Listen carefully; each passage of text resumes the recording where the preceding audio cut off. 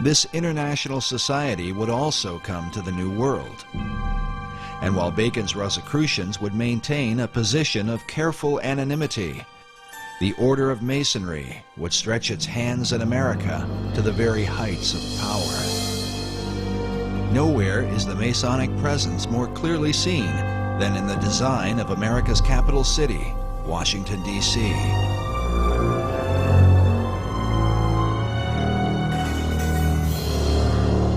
Yes, Washington, D.C. is completely based on Masonic architecture. The whole architecture is laid out in an occult manner with Masonic symbology. Every major building in Washington, D.C. has a Masonic plaque on it. I mean, the Masons have permeated, and the other secret societies have permeated our society since the very beginning. In his book, The Secret Architecture of Our Nation's Capital, author David Oveson confirms the esoteric influence of Masonry in the design and building of Washington, D.C. Oveson reveals the occult ceremonies surrounding the laying of the city's cornerstone, a ritual that involved the father of the nation, George Washington. 200 years later, in a ceremony commemorating this event, Senator Strom Thurmond, himself a 33rd degree Mason, is pictured alongside the cornerstone upon which is carved a Masonic square and compass. If you either look at the map of Washington, D.C. or try and drive in Washington, D.C., you think it must have been designed by a nutcase. But actually it was designed by a Freemason, a French Freemason named L'Enfant.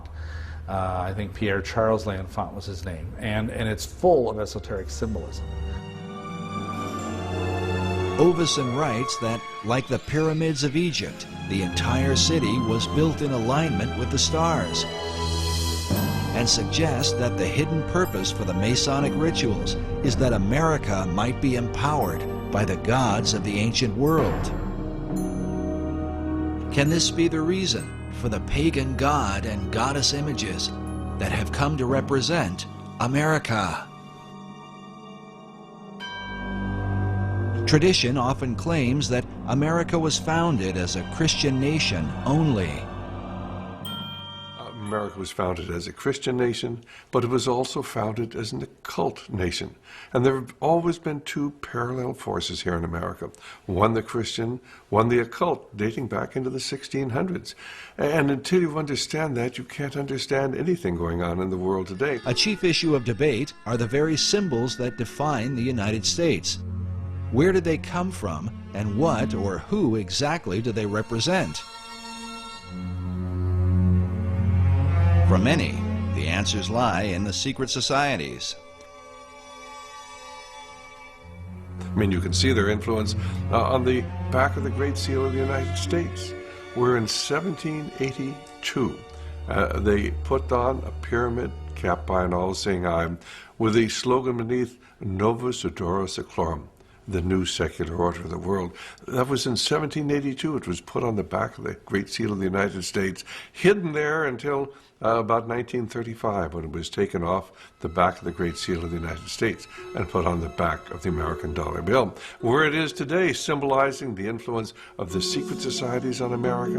And you know, there are some of our Christian ministries that want to tell you that a cult symbol is a Christian symbol. It just goes to show how effectively the Christians have been misled, and they've been misled intentionally by people who've infiltrated the Christian movement and have told them, oh, this is a Christian symbol. Well, where in Christian symbology do you come up with a pyramid?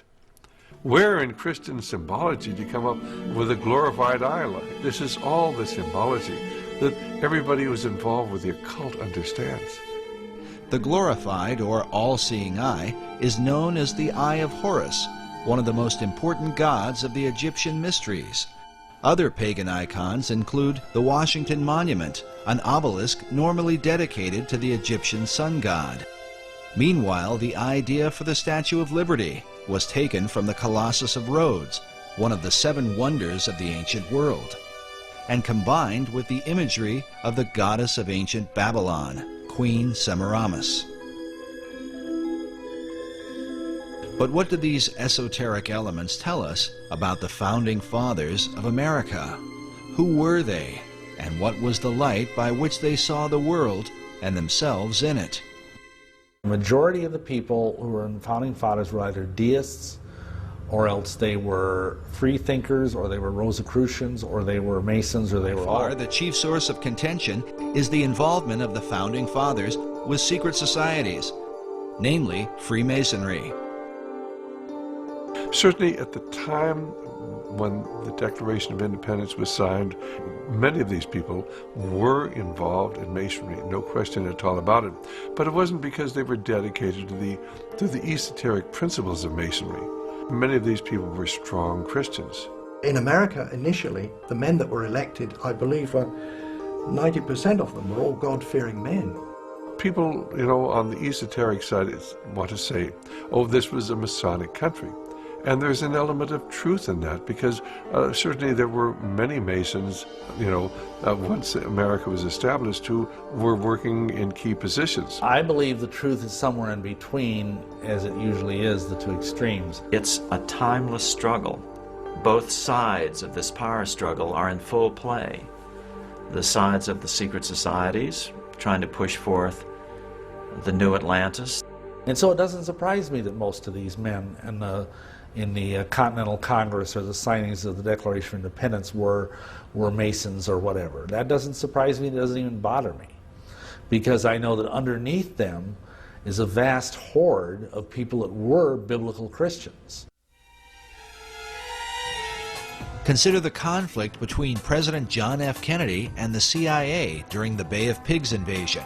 The CIA reportedly lied to the president on behalf of their secret agenda involving an assassination attempt on Fidel Castro, something that would later lead to the Cuban Missile Crisis.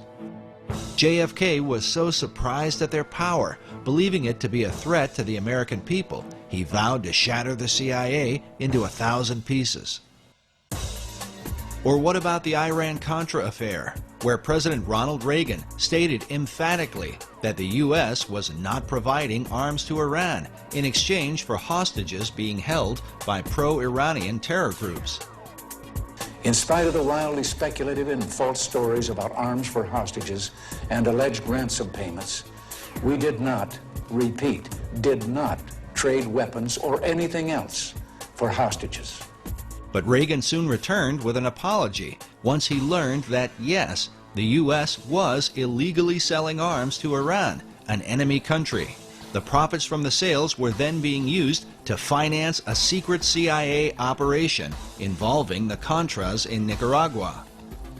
As with JFK, Reagan claimed that he had been manipulated and lied to by secret powers within the intelligence community. Is going on that had been kept from me in various covert operations. President, did they deceive you? You didn't answer whether Poindexter and North deceived you. Presidents Reagan and Kennedy were humiliated at being the most powerful men in the world who were unaware of what the hidden powers in their own government were up to.